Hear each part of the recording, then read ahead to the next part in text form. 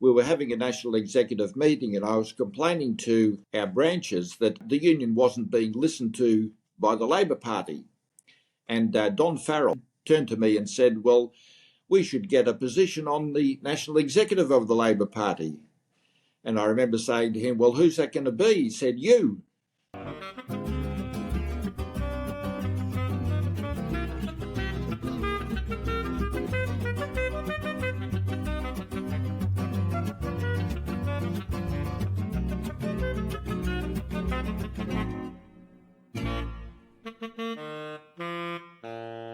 Good day everyone, and welcome to the Thomas More Centre channel. My name is Mark Makowiecki, and today it's my pleasure to be interviewing Joe de Bruyn. Joe is a former national president of the Shop, Distributive and Allied Employees Association, also known as the SDA, as well as a board member and former chairman of Campion College, Australia's first tertiary liberal arts institution. Joe, welcome to the channel. Hello, Mark. So, Joe, you weren't native born. You migrated to Australia at the age of 7 from Holland. I was hoping you could tell us about your Dutch heritage, as well as what it was like growing up as an immigrant kid in Victoria in the 1950s and 60s. Well, as you say, I was born in Holland. I was part of a family of 6 kids. When my parents decided they wanted to migrate, they were originally going to go to Canada because an uncle of mine had already migrated from Holland to Canada, but the Canadian government changed its rules for migrants to say that families with more than 5 children were no longer going to be admitted. So that excluded us. So my father said, well, we'll go to Australia instead, because there were at that time a lot of Dutch people coming to Australia to live here. So the plans were changed, and Australia became the destination. Before we left Holland, the Canadian government reversed that rule, but by that stage my parents were so far down the track in the arrangements to come to Australia that they stuck with that. So we came to Australia in 1956 on a boat. And in those days, migrants were put into migration centres until such time as the breadwinner had employment. So we landed at Melbourne, took a train to Wodonga. There was an old army camp there at Bonegilla nearby, and so we were housed there with many other migrants from different countries, mainly Europe. And after 4 weeks, my father had found employment on a farm at Benalla in northeastern Victoria. So we then left the camp and went to live on the farm. It was during that time then that the 7th sibling was born. So I'm from a family of 7. And so we spent 7 years on a farm near Benalla. After that, we moved to Gippsland, sort of to the east of Melbourne, a sort of a very fertile area. And again, we were living in rural conditions. And I sort of grew up in the country, as I always say, and grew up on farms. So that's sort of the background until I started going to university in Melbourne. So I was a country boy. As a migrant, we settled down very quickly. Dutch people, I think, are renowned for settling in and integrating very quickly, and we certainly did. As a kid, I learnt the language very quickly. So did all my brothers and sisters. And my parents also learnt English quickly, but they always retained a heavy accent. And one of the interesting things that emerged was that us kids, the siblings, when we talked to each other, we talked in English, but when we talked to our parents, we talked in Dutch. So in the house, it was always swapping from one language to another, depending upon who we were speaking to. But I continued to speak to my parents in Dutch until they both passed away. In terms of discrimination, there was really nothing ever very serious. There were many migrants from different countries, but I think generally we integrated well, and there was never an issue. So, Joe, you have a strong Catholic faith, and I was wondering how this was lived out in your home. And also, what did you think of the liturgical changes after the Second Vatican Council? Well, my family from both sides were very strong Catholics. So we grew up in the country as Catholics, going to Mass on Sundays, and I became an altar boy in Year 5 at school.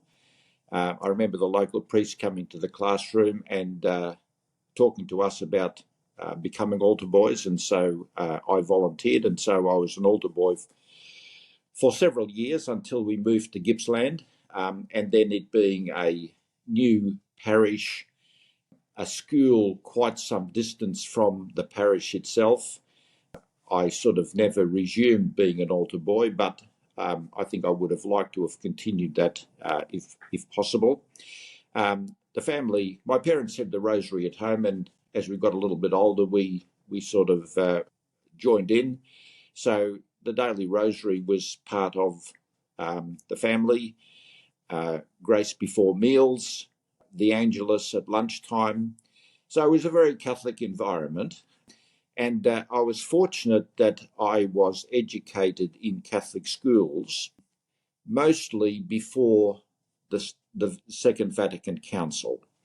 My final year of school, what is now called Year 12, was 1966. So that was the year after the Second Vatican Council. So I had a Catholic education essentially before the Second Vatican Council. And in those days, you got a good, solid, comprehensive understanding of the Catholic faith.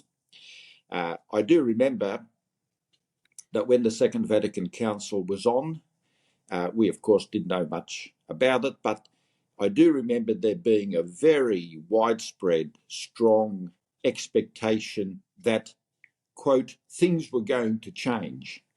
We didn't know what was going to change.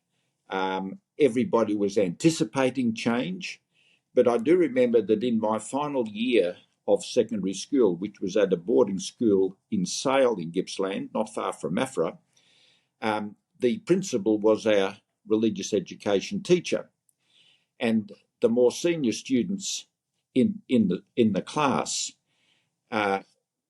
became frustrated because he sort of stopped teaching the faith in any comprehensible way.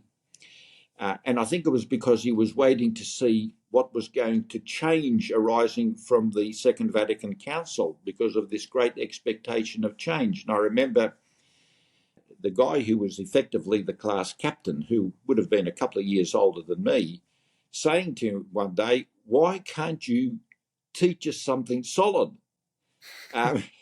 Why can't you teach us something solid?" It was just the frustration that I think was quite widespread in the class that we weren't getting anything substantial anymore in our religious education. In those days, of course, everybody went to Mass on Sundays. As boarders, we all went to Mass on Sundays. I tried to go to weekday Masses as well. So there was a strong sense of Catholicity within the classroom, which I don't think you find today. But there was frustration with the Second Vatican Council because of this expectation that occurred. Yeah, it doesn't seem that religious education has really recovered much, unfortunately, at least my experience, which is a generation on from yours. But anyway, there are moves being taken to rectify that, and we'll be talking about that a little bit later, I suppose, with your involvement with Campion College. So the papal encyclical Rerum Novarum was published in 1891 and speaks to the importance of unions and the rights and responsibilities of employers and employees. So I was wondering, how significant do you think that document was in terms of shaping industrial relations in the 20th century? Look, I think it was very important because it gave to Catholic men and women, particularly in the labour movement, the sort of path that a Catholic was expected to follow in terms of the relationships between unions and employers and workers and employers from the church's point of view. And when I first started within the SDA union in 1973 as a full-time employee, we were very conscious of that encyclical and also of some of the other subsequent encyclicals on social teachings that the church issued. And we were conscious that we were supposed to be following the principles set out there. And they clearly articulated an alternative to what we saw as our opponents in the trade union movement, which were the various members of the Communist Party who were very strong in trade unions, and of course their allies in the left wing of the Labour Party. So speaking of communists, the tensions obviously were there in the unions even at the end of the 19th century. And in the 1940s and 50s, you had this movement in Australia to combat the communist influence in the trade unions. And so this led to the formation of what came to be known as ALP Industrial Groups, which were very significant in the political history of the 20th century. But the SDA was involved in that battle. Can you tell us about its operations in this period and what happened following the 1955 Labour split as far as the SDA was concerned? Yes, the SDA was not really in the front line at that time in the 40s and 50s, because around Australia there were sort of different personalities in charge of the union. So in Western Australia and in Queensland, for example, and New South Wales, the union was led by Labor Party members who were in the right of the Labor Party. They would have broadly seen themselves as being part of the industrial groups, but not sort of leading persons. And when the Labor split did come in 1955, the branches of the union in Western Australia, South Australia, New South Wales and Queensland all stayed in the Labor Party. It was only in Victoria and for a period of time at Newcastle, where there was a separate branch from the New South Wales branch, that the union disaffiliated from the Labor Party. So unlike some other unions that probably took a more important national stance, the SDA didn't. And the SDA at that time didn't really have an effective national office because all of the dealing with retailers was occurring at the state level under state awards, and so it was the branches individually and separately which were dealing with wages and working conditions and all the rest of it, job security, rather than there being a national presence and rather than dealing with the Commonwealth Conciliation and Arbitration Commission. We had virtually no work in the federal system at that time at all.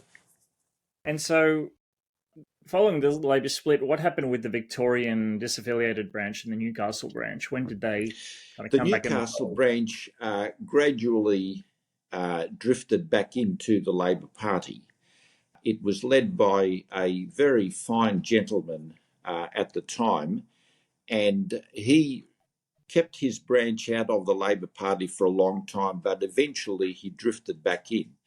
The Victorian branch stayed disaffiliated, and it wasn't until the mid-1980s when Bob Hawke was Prime Minister and he wanted to overcome the left-wing control of the Labor Party in Victoria that he sought to get the four unions, as they were called, the Clerks' Union, the Shop Assistants, the Carpenters and Joiners and the Ironworkers, back into the party to join with other moderate people within the Labor Party in order to overcome the left-wing majority.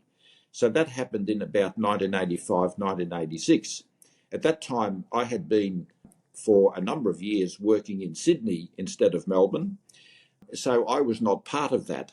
But there was a famous conference where the four unions were readmitted and tomatoes were thrown at them by left-wing Labor Party activists and so on. But Bob Hawke got his way. The four unions were reaffiliated, and that enabled the more moderate people in the Labor Party, of which obviously the four unions were part, to be able to constitute a majority and to get rid of the really extreme left-wing controllers of the party that had been running Labor in Victoria since the time of the split. As you joined the SDA in 73, I believe you said, and in Victoria, so I imagine at this time you would have had some interaction with Bob Santamaria.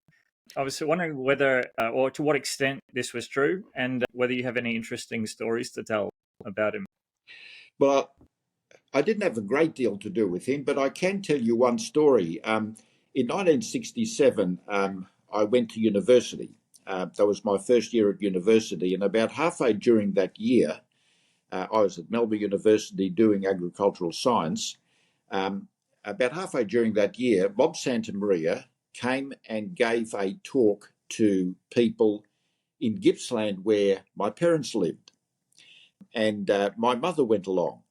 And after Bob Santamaria had given his talk, she did what I imagine any mother would do. She went up to him and said, "I have a son who is at university, blah, blah, blah." Anyway, the end result of that conversation was that I received an invitation. I was staying at Newman College, one of the colleges at Melbourne University.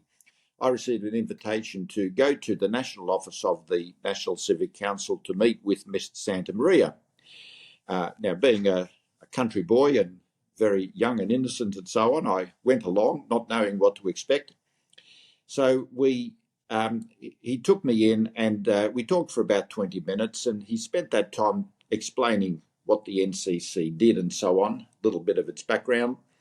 And he gave me, if I remember rightly, a booklet about the NCC to read, and maybe a book or a pamphlet or something. So I had some reading material, and so that was it. So I read all that. This was at a time when the great issue at all the universities around Australia was the Vietnam War.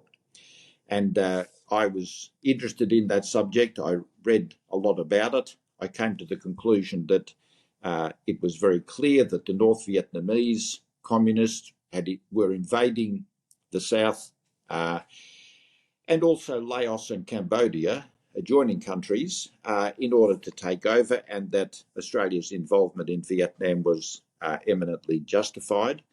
And so I did go to some of the debates on Vietnam at the university, and even asked the odd sort of question as part of an organised pro-Vietnam group. But because the Faculty of Agricultural Science was sort of a bit marginal from most other faculties at the university, my involvement really didn't amount to a great deal, I have to admit. I did subsequently, when I was in my second year, stand for election to the Students' Representative Council and was elected to represent the Faculty of Agricultural Science. And I did 2 years of that. So from my second year to my fourth year, I was on the Students' Representative Council. I don't recall there being any allies on the SRC at that time for me. But the SRC at Melbourne University at that time wasn't overtly political like was occurring at some of the other universities, particularly, I think, at that time, Monash University, and certainly a few years later at La Trobe University, and also some of the interstate universities.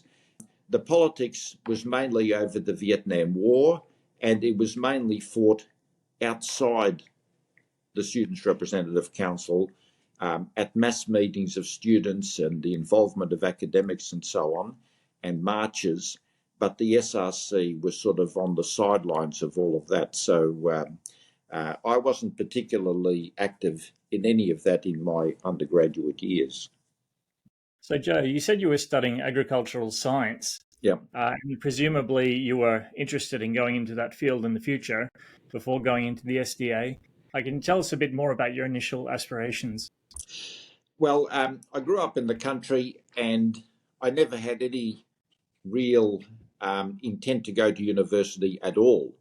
But in my final year, my friend said to me, look, you might change your mind, so you should apply to go to university anyway. So, more to please them than anything, I did apply for agricultural science at Melbourne University. And then my year 12 results were very good. I got 4 first-class honours in the 4 subjects where honours were allocated. And I had actually done the subject of agricultural science as one of my 4 subjects. But there was no teacher at the school for agricultural science, so I taught myself. And I topped the state in the subject. So it was logical for me to go into agricultural science. And that was a 4-year course, very diverse. I thoroughly enjoyed it. There was a group of about 70 students going through my year level over the 4 years, and they were, I think, some of the best years of my life. So I finished after the 4 years at the end of 1970, and then I had to work out what to do, and I thought, oh, well, I should do postgraduate work because my results had been very good during the 4-year course. So I went to start a PhD at Sydney University. But I then came to see that while I enjoyed what I was doing, I couldn't see myself doing that for the rest of my life. And so the question for me was, what should I do with my life? And this became something that really perplexed me. I had become more active in student affairs at Sydney University. As a postgraduate student, I couldn't stand for the Students' Representative Council, but I did stand for the Students' Union, which provides the services at Sydney University for university students. And I was very pleased that in that ballot, I got more votes than the president of the Students' Representative Council did, who also stood for that body. There were, at that time, various debates at university, mass meetings of students, and I participated in some of those. And so I was quite active at the university. And I came to see that becoming more and more interested in sort of what was going on politically in the country, that I should do something else. And then a friend of mine got a job with the SDA union in Victoria. He'd been based in Sydney and was going to move to Melbourne, and we had a farewell for him. And I remember saying to him, if there's any other job going in the union, I think I might be interested. That led to an interview and then the offer of a job. So I went to my professor and said, look, I know I'm supposed to be doing a PhD, but I want to go and work for a trade union. And he said, you're mad. You've got the world at your feet, blah, blah, blah. Anyway, I convinced him to give me a year off. If it didn't work out, I'd come back. But once I started with the SDA in Victoria, I didn't look back. And so I spent 41 and a half years working full-time for the union, retired at the age of 65. They asked me to stay on as the president for another 4 years, which I did. That was an honorary position. Then when I got to 69 years of age, I said to them, I don't think I should stay on. It doesn't look good that a retired guy who led the union is still there hanging on. So unless you've got a very good reason as to why I should stay, I think I should finish up and somebody else should be president. So that was the end of my time with the union. That made it the end of 2018 when I finished up entirely with the union. But the last 4 years were honorary, not paid. A couple of questions come out of that, which is, in your retirement, you're a keen gardener. Did the ag science help in any way? Does it help you get your flowers flowering and your vegetables growing better than the average person? My wife does all the flowers and the bushes and the shrubs. I do the vegetables. Look, my agricultural science background does inform what I do in my vegetable garden. This year I've got the best crop of snow peas that I've ever had, far more than my wife and I can get through, and plenty of other vegetables. But I find that a very interesting sideline in retirement and takes up a fair bit of my time and keeps me physically active. So I thoroughly enjoy that vegetable garden. I've got a fence around it to keep the rabbits out, and it does keep the rabbits out, but it doesn't protect me from damage by birds. I think every now and again a flock of cockatoos lands in the garden and sort of chews up some of the seedlings and so on. But no, that's what I do. Yeah, and the other question was your political organizing back at in your doctorate days at Sydney Uni. How did you get so many votes? Because I'm sure there's some people who would be very keen to know how you arranged that. Well, I was the head of the Democratic Club at Sydney University for most of that 2-year period that I was there, starting my PhD. And so I authorised the newsletters that we used to hand out. I did occasionally go to meetings of the Students' Representative Council as an observer. So my name became known, and I found that one of the ways to pick up a lot of votes is to scrawl your name on the pavement around the university, absolutely everywhere, before an election, so that you're familiar and your name is familiar, and then people vote for you because they say, oh, I know that name, I'll vote for him.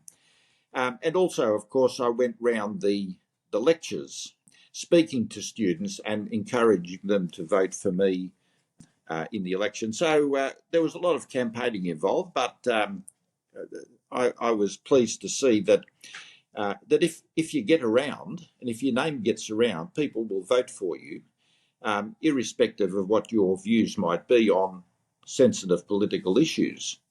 So you rose up through the ranks, and then in the 1980s, the SDA, under your leadership, supported the Polish free trade union movement Solidarnosc, or Solidarity in English. Can you tell us a bit more about this relationship? Solidarnosc was the Polish trade union, the free trade union that emerged in about 1978 or 1979 in Poland. And everybody, including me, watched in anticipation as to what this would mean in Eastern Europe generally, but in Poland in particular. In 1981, the communist government cracked down and introduced martial law. And so Solidarnosc became illegal. Lech Walesa was imprisoned. There were 2 senior members of Solidarnosc who happened to be in Western Europe at the time of the declaration of martial law. So they never returned home to Poland, but they became the key contact people of Solidarnosc in Western Europe. It was the Clerks' Union that invited them to Australia, and jointly with the SDA hosted them here in Australia on a speaking tour. I was responsible for these 2 people while they were in Sydney, because I was working in Sydney at the time. They visited Melbourne and probably a number of the other capitals, and they spoke to both the media and the general public, as well as to meetings of Polish migrants. They were raising money and just explaining to people, the cause of free trade unionism and so on. And arising out of that, the SDA became a supporter of solidarity. We did send money to Europe at this time, and that money was then smuggled into Poland and used to fund the activities of the Solidarity movement underground. And the other thing that we did was that we employed a Polish representative of Solidarnosc on the union payroll. And so we funded him to do the work for Solidarity within Australia. So that was the way that we supported Solidarnosc. And of course, eventually the government was under so much pressure in Poland that they agreed to elections. And my recollection is that Solidarity won virtually all the positions that were available in both houses of parliament and basically took over the running of the country. So, and that then led to the overthrow of communism, first in Poland, but then in the rest of Eastern Europe as well. All the countries of Eastern Europe, East Germany, Czechoslovakia, Hungary, Bulgaria, Romania, and Yugoslavia, and Albania, all of them. One by one, they popped over. In the year 1989, it was just amazing to watch during that year that one after another, people rose up. The governments couldn't keep the crowds under control, and in one way or another, the governments just collapsed and they were replaced by governments elected by the people. If we could just stick in the 80s and 90s for the moment. I was too young to be conscious of what was happening, but under the Hawke and Keating governments, there was a liberalisation, economic liberalisation that happened. I was wondering if you could tell us what either for the SDA or the union movement more generally, what were the struggles, the benefits, the costs of that liberalisation from a Labor Party perspective? Bob Hawke was elected on a platform of consultation and cooperation between unions and employers in 1983.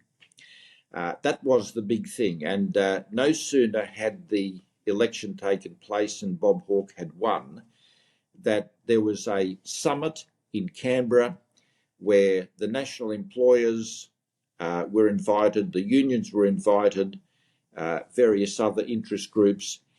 The whole idea being how can we get the Australian economy, which at that time was suffering from relatively high unemployment and certainly very high inflation, how can we get back to low inflation, full employment, economic growth, and so on? And the unions made an agreement to basically moderate the level of pay rises at the time in return for benefits from the government.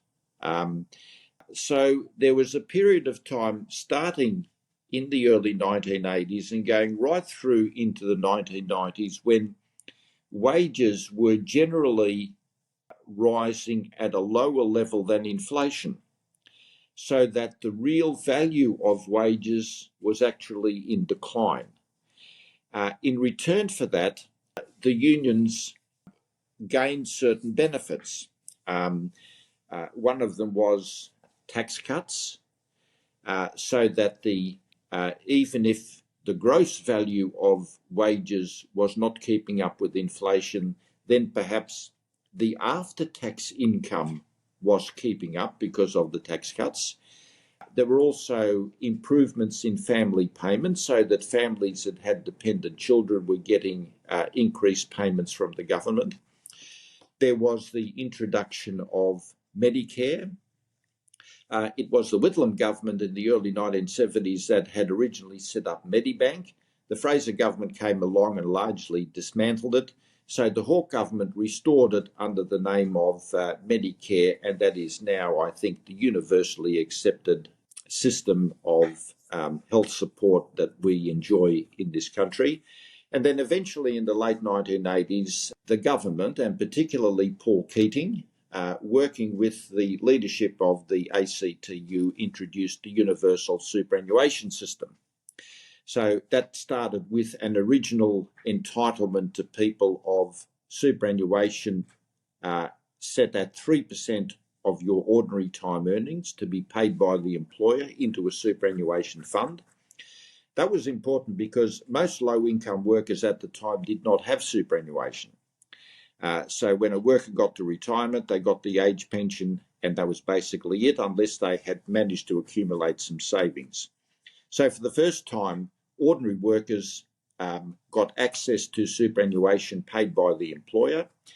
And then in the early 90s, the government legislated to increase the 3% to 9% of ordinary time earnings. That was finally reached in 2001. Fortunately, John Howard, who was opposed to the superannuation system, did not try and change that legislation when he was elected into office in 1996. So we got to 9%, and then more recently, the 9% was increased to 12%.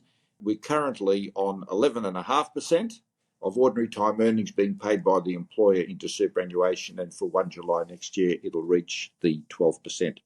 Now, this is very significant because over a working lifetime for a low-income worker like a shop assistant, they will accumulate a very significant superannuation benefit that will supplement the pension that they will get, the age pension that they will get in retirement. So these were all the benefits for working people that accompanied the wage moderation that started from 1983 and went through into the early 1990s. So in a sense, the economy was able to recover, and we then had a long period of relatively low unemployment, low inflation, economic growth, and to my pleasant surprise, during the years of the Howard government, we got back to having pay rises that were in excess of inflation. So people were getting real wage rises as a result of all the sacrifices that had occurred during the period of the Hawke government. Fast forwarding to, well, about 2010, we had a great deal of instability within the leadership of the Labor Party with Kevin Rudd and Julia Gillard. And then that disease was caught by the Liberals under Abbott and Turnbull, etc. But there's a rumour that I heard, which was Prime Minister Julia Gillard's prime ministership depended upon part in a promise that she wouldn't support gay marriage legislation. I was wondering, is there any truth to this? Julia Gillard agreed to those around her to challenge Kevin Rudd for the leadership in June of 2010. For people like me who were not in the parliament, that was a shock, an absolute shock. I was amazed to find on the eve of that ballot that almost everybody in the Labor Party in Canberra that I spoke to that evening were sick of Kevin Rudd and they wanted a change in leadership. I found that to be a great shock. And Julia Gillard won the election simply because the Labor Party members in the caucus had simply lost confidence in Kevin Rudd. There was an election due 3 months later. So there was an election in September of 2010. And in the lead up to that election, the Australian Christian Lobby, then under the leadership of Jim Wallace, who had founded the Australian Christian Lobby, went to the leaders of both the major parties, but in this case to Julia Gillard, to do an interview. And during the course of the interview, he asked her about gay marriage. And she said to him, and this was obviously then for public distribution, that if Labor was re-elected under her leadership, the Labor Party would not change its policy of opposition to same-sex marriage. The Labor Party, up until that time, had in its platform the definition of marriage being between a man and a woman, to the exclusion of all others, voluntarily entered into for life, and she was saying to the electorate that she was not going to change that. I remember after that interview, Jim Wallace rang me to tell me what she had said, and I was quite surprised, pleasantly surprised by that. So she was re-elected. She did have a minority government, but she was re-elected, and she stuck to that promise. Except that 2 years into her term, the left in the Labor Party wanted to change the position on that policy. And so, despite the fact that Julia Gillard herself was opposed to the change, they managed to get the numbers to, in fact, change the policy. But Julia Gillard remained up until the end committed to her promise to the Australian people that she would not support same-sex marriage. In addition to leading the SDA for over 3 decades, can you tell us what other important roles and posts you had during your career and what responsibilities that entailed? In 1984, I was already the National Secretary of the SDA, but I also became the New South Wales branch Secretary of the SDA, and I held that position for the next 12 years, from 1984 to 1996. That involved me being a member of the New South Wales Administrative Committee of the Labor Party. So I was playing a role then in the Labor Party on that key body that ran the New South Wales Labor Party. And I found that because the union was the largest affiliate in the state, we were quite influential. And I had a relationship with the various state secretaries of the Labor Party at the time, that if the union had any significant issue, we could go to them and they would do whatever they could to deal with the issue that we put up to them. In 1996, I went back to Melbourne and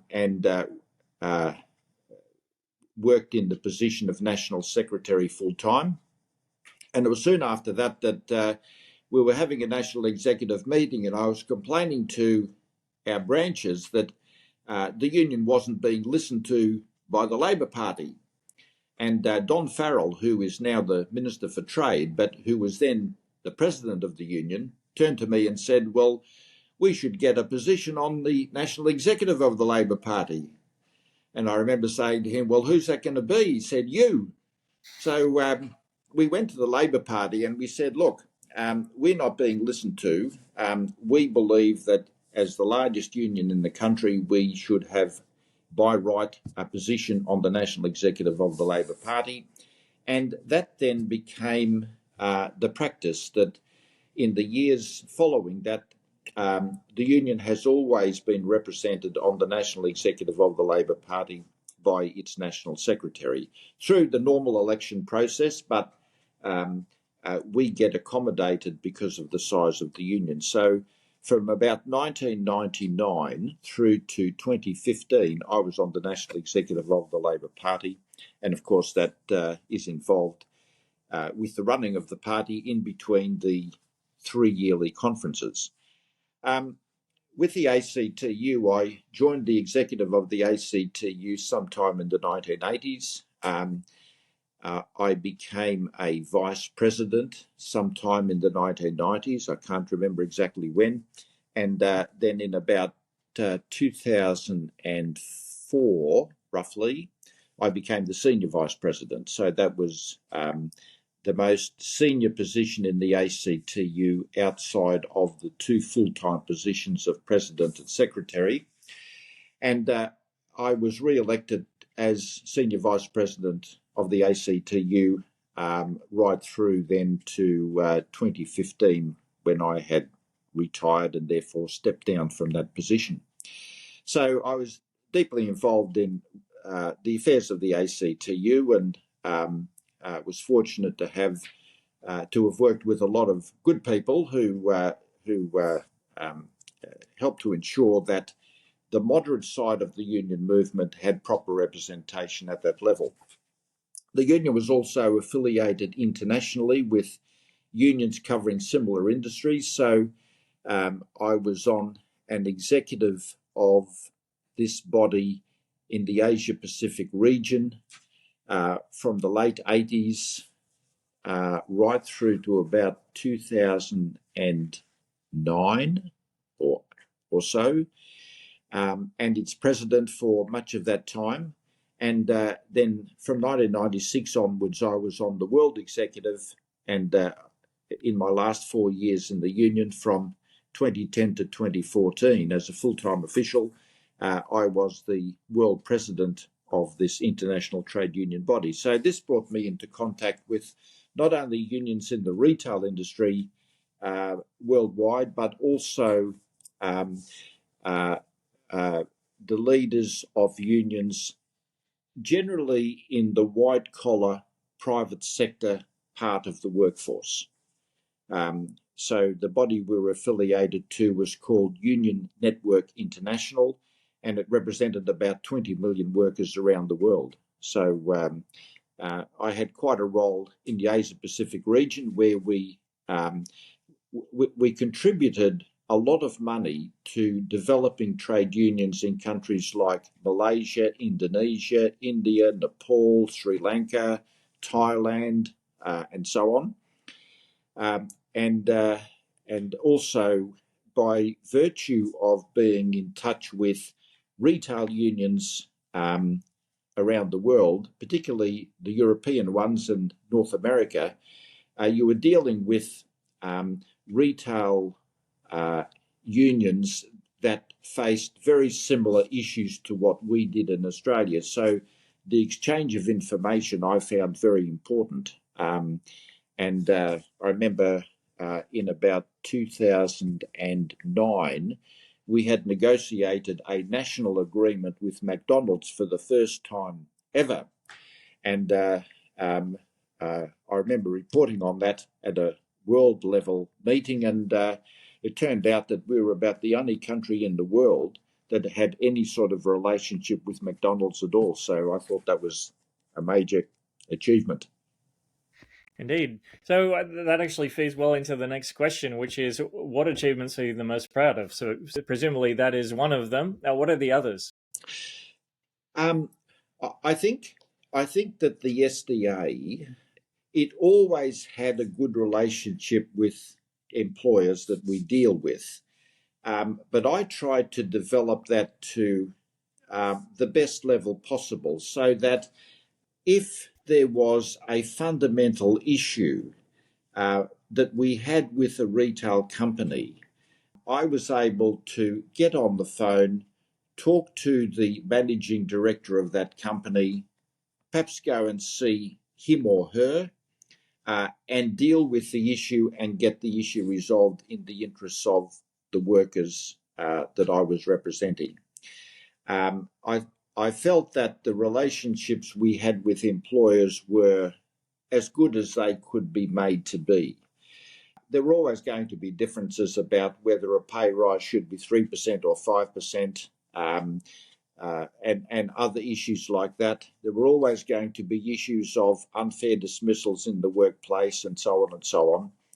But at the end of the day, I wanted the union to be a trusted entity that the employer could work with and was happy to have representing its workers on the wages and the working conditions and the job security and the unfair dismissals and the workers' compensation and the health and safety and all the other issues that the union is involved in. And I think we did achieve that.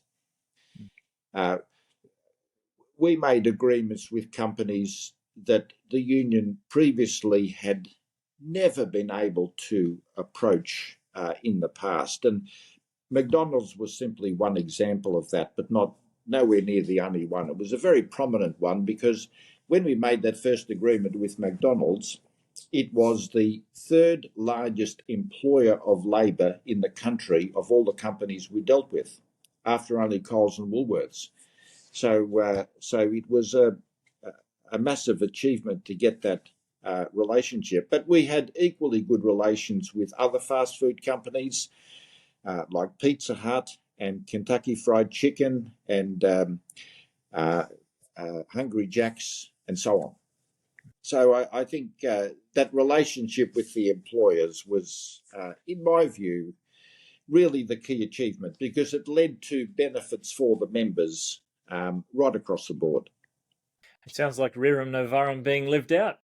Well, it was meant to be. It was meant to be. It was meant to be having a decent relationship where the union was recognised for the work it did, and the company recognised its responsibility to its own employees to do the right thing and to provide them with a decent workplace and decent wages and conditions. So moving to the future, what battles do you see the union movement fighting in the decades ahead? Look, I think that the principal challenge that unions face in countries like Australia is relevance in the workforce. Um, um, I have been watching the numbers for decades, but the level of union membership in the Australian workforce is slowly but surely declining. And if you were to take out the public service altogether, because in a sense it's quite different to the private sector, union membership in the private sector in Australia today would be barely 10%, if that, 10% of the workforce. So the union movement faces really a crisis of relevance in the workforce. I believe that unions are still relevant, but they need to get out among workers and present themselves and present the benefits so that they recruit successfully. And I don't think they're doing that as well as they should, which is why there is this continuing decline. I can't see the need for unions changing. They always will be needed. If a worker is dismissed unfairly, that worker needs representation. If a worker has a health and safety problem in the workplace or a workers' compensation problem, then they need representation and they can't do it on their own. So unions need to go out and explain the benefits of union membership, and they need to do that in a more effective way than they're doing it at the moment. I don't know the answers, but I do know this, that if you don't ask a person to join a union, you're not going to get them to join. The only time workers generally will come to a union looking for assistance is when they've got a problem. And we've got to be able to sign workers up before they get a problem, not only when they have a problem. Regarding the reputation of unions, would you say that the tendency, at least among some of the more militant unions, to go down ideological currents, would you say that that's a big problem? I don't think it's as big a problem as it used to be. I think if you go back 2 or 3 decades, there was more of that then than what there is now. Unions, I think, today are more conscious that they need to look after their members. And apart from the odd exception around the place, they tend to be more focused on the workplace issues than they were perhaps 20, 30 or 40 years ago. When the communists in particular in the union movement used to pursue political issues, but when communism collapsed in Eastern Europe in 1989 and then in the Soviet Union in 1991, communism as a system of government no longer had any attraction for people. Even China went capitalist from 1978 onwards. So the demise of communism in the union movement is one of the main reasons why unions today are more focused on the issues that workers have and are less inclined to be involved with sort of political issues. The only exception to that, of course, is that because many union officials are Labor Party members, they obviously want the Labor Party to win at the federal level and at the state level. So that's when they might engage in sort of political activity. But in the old days of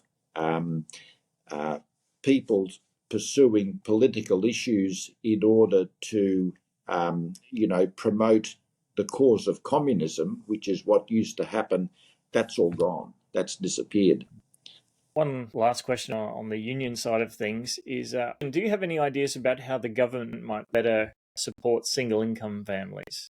The best way for a government to support single-income families is to have a taxation system which recognises the whole family and its income for the taxation purposes, rather than to have the husband and perhaps the wife as a second income earner treated as individuals. If you go back to the 1970s, it was Malcolm Fraser that instituted a system of family payments. There was the dependent spouse rebate, so that a worker who had a dependent spouse, a non-working spouse, got a rebate on their income tax in order to cover for the fact or make a contribution to the fact that there was only one income in that family. And then the government was making payments based on the number of children that a family had. So they were benefits based upon, whether the family was a single income or double income family and whether there were dependent children. All of that has been allowed to erode over time. And the only way to change that is to go back to a system where you recognise the family as being a single income unit, and you apply the tax system in such a way that you are recognising that the family is a single unit, and therefore adjusting taxes or making family payments or both based upon whether there is one income or whether there's two incomes and how many children the family has. Now, we are a long way from that, because for decades now, governments of both persuasions have been treating the family on the basis that we recognise the individual rather than the family, and we want everybody that we possibly can in the paid workforce. So instead of women being encouraged and assisted in raising their children, particularly when they're young, the governments of both persuasions have joined the employers in endeavouring to get women into paid employment.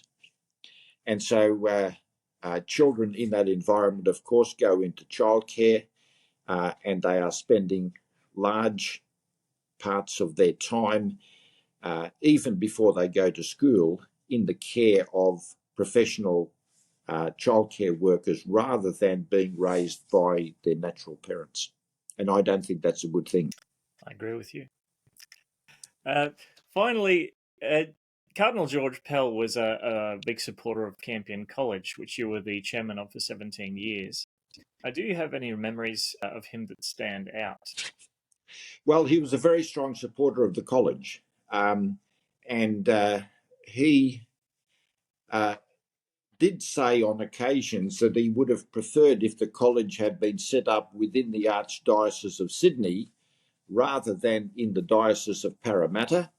But the fact was that we found a site in Parramatta, the old Marist Seminary, which had grown into disuse and which had been sold by the Marist Fathers to the Diocese of Parramatta, who in turn then rented it to us and then eventually sold it to us.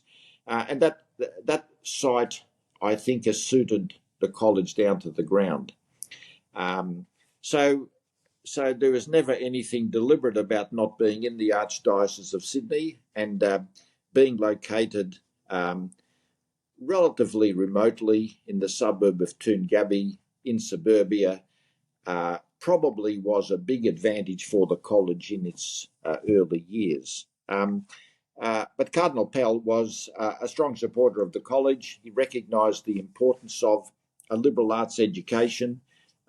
He gave every moral support to the college that he could, which included, of course, him coming out to graduations and at times speaking at the college.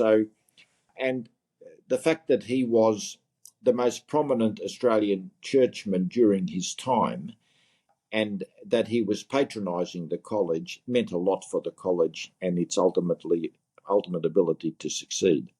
What did you make of his trial for historic sex abuse, and were you able to stay in touch with him during his imprisonment? I think that the Victorian police, for motives that are not at all clear, were determined to prosecute him because, as the literature on the subject explains adequately, they opened up an investigation before they ever had a complaint. And they kept on seeking somebody to come forward with some complaint about Cardinal Pell for more than 12 months before the first person ever came forward.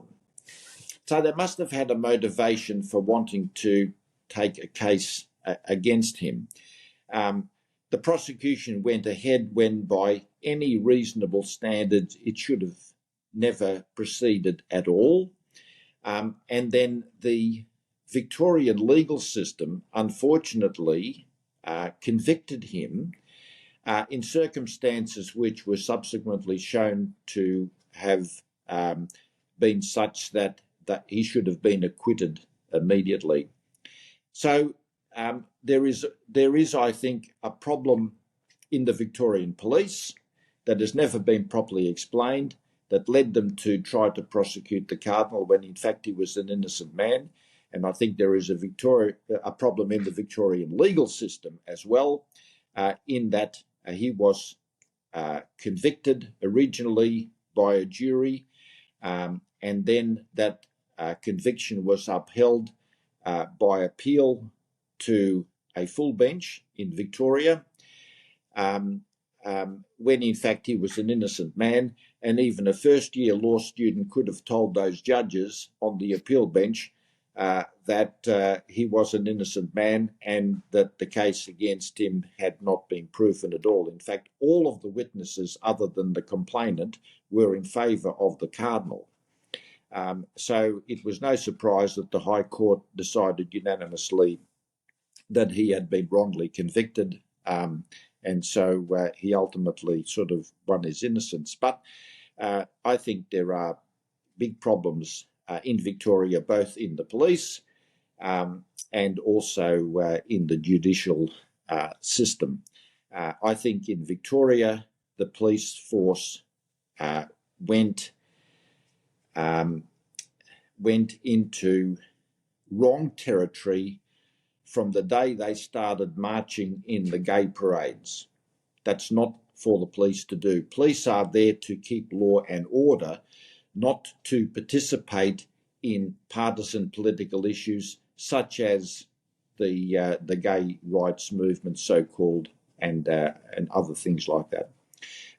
I really didn't have contact with the Cardinal while he was in prison, but I felt for him during that period, and I was delighted when he won his case in the High Court. Now that you're in retirement, there ought to be a book in the works. Is there a plan for that? No, there's no book in the works, and a lot of people ask me that, but I worked very hard in my working life, right up until the age of 70, and so I took the view that if I was going to write a book, it would take a lot of research because I would want it to be accurate, and I just didn't want to spend whatever years I've got in retirement producing a book. I want to just do other things in retirement that I enjoy, and I would not enjoy trying to put a book together. There are far too many files I would have to consult, and I don't have the incentive to do it. So it seems that if there are any budding biographers out there, here's a subject, and definitely I think this interview might get a footnote or two. Who knows? But Joe, thank you very much for having a chat with us today. Just a short plug for the Thomas More Centre. If you've enjoyed this interview, please like, share, and subscribe. You can also find many other good interviews on our channel that you can peruse. Joe de Bruyn, joining us from Victoria. Thank you very much for your time. Thank you, Mark.